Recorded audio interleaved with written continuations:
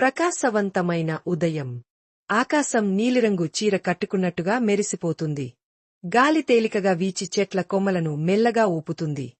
గుణ తన స్నేహితురాలు నీలిమతో కలిసి ఆనందంగా పాకశాలకు నడుస్తోంది. వారి స్కూల్ బ్యాగులు వెనుకకు ఊగుతూ, కదులుతూ ఒక చిన్న ఆటలా కనిపిస్తున్నాయి. మధ్యలో ఓ అద్భుతం.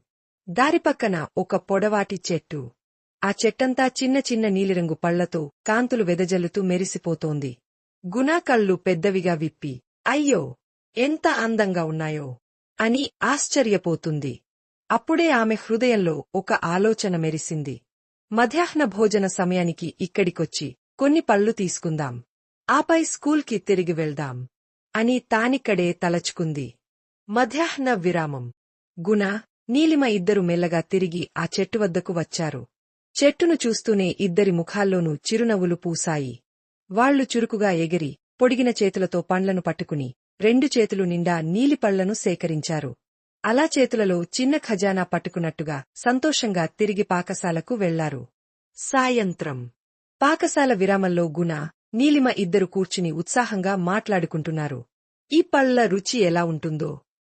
తీపిగా ఉంటాయేమో. లేదు, కాస్త పుల్లగా ఉండొచ్చు అలా ఊహించుకుంటూ, నవ్వులు పూయించుకుంటూ, కలలలో తీయటి రుచిని ఆస్వాదించారు. ఆ రోజు ముగింపు. వారి రోజు పుస్తక పాఠాలతో మాత్రమే కాకుండా, ప్రకృతి ఇచ్చిన చిన్న ఆనందాలను పంచుకోవడం వల్ల మరింత మధురమైంది. చెట్టు పండ్లు తీయకపోయినా, వాటి గురించి ఊహించుకోవడమే వారికి మధుర జ్ఞాపకంగా మిగిలింది. ఇలా గుణ, నీలిమల చిన్న ప్రయాణం ఒక సాధారణ రోజును కూడా మంత్రంలా మార్చేసింది.